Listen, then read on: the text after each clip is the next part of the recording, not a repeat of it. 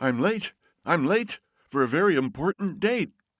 Yeah, Boomer, you were supposed to get an episode out about 3 days ago.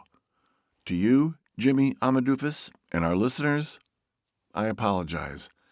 The only excuse I can offer is that I'm a victim of circumstance.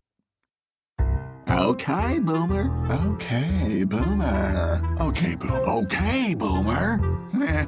Okay, Boomer. So, what's the circumstance you're a victim of?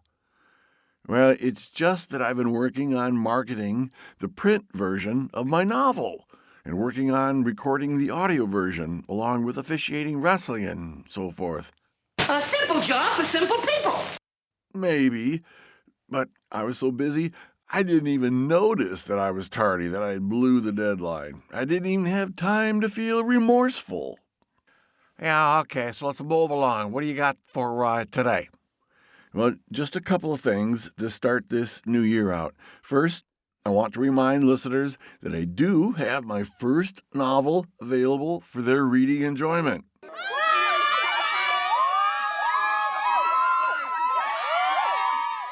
It's a sports romance entitled Trying for Home that has a middle-aged umpire working the plate for a high-level baseball game.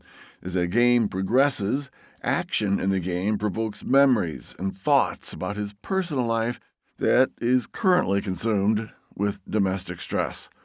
The game events trigger his concerns about being estranged from his wife and his troubled relationship with his teenage son.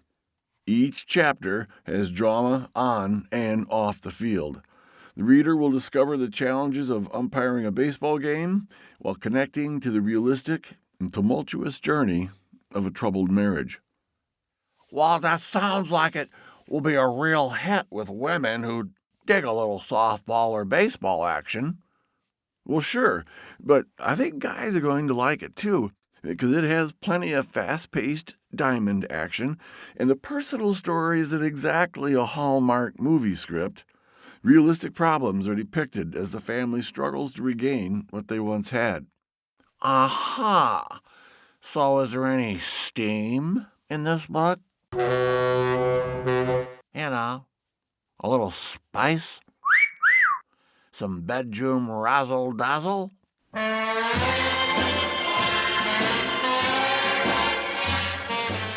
Well, as noted, it's not a pilot script for Hallmark.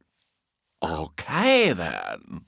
The print version and ebook version are currently available on Amazon, and I'll have a link in the show notes that'll take you right there.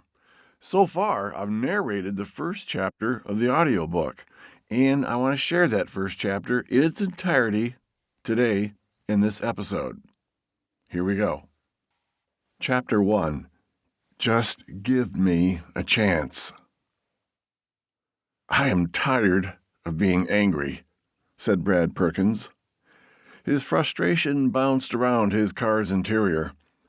Tired of being angry was one of the few things he could be sure about this past year. He wasn't sure about whether he wanted a divorce, whether he hated or loved his wife, whether his relationship with his son would ever be the same, or whether he would ever get his shit together. Most assuredly, he was weary of the bickering and the long stretches of silence that followed.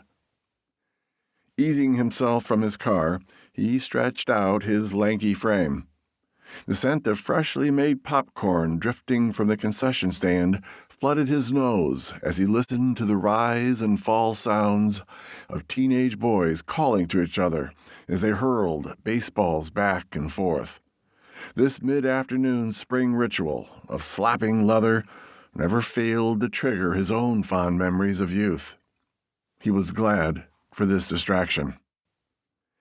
The effort it took to be angry left him exhausted, mentally and physically worn out. Unpacking the umpiring gear from the trunk of his car, he growled at his unwelcome exhaustion. After working all day as a physical education teacher, he had at least 2 more hours of work on the baseball field that he was parked next to. And I need to bring my A game today, he reminded himself. He knew well that the teams he was about to officiate were battling for the conference championship, and that his level of performance needed to match the anticipated high level of play on the diamond. Intense focus for the next few hours would draw upon energy reserves he wasn't sure he possessed.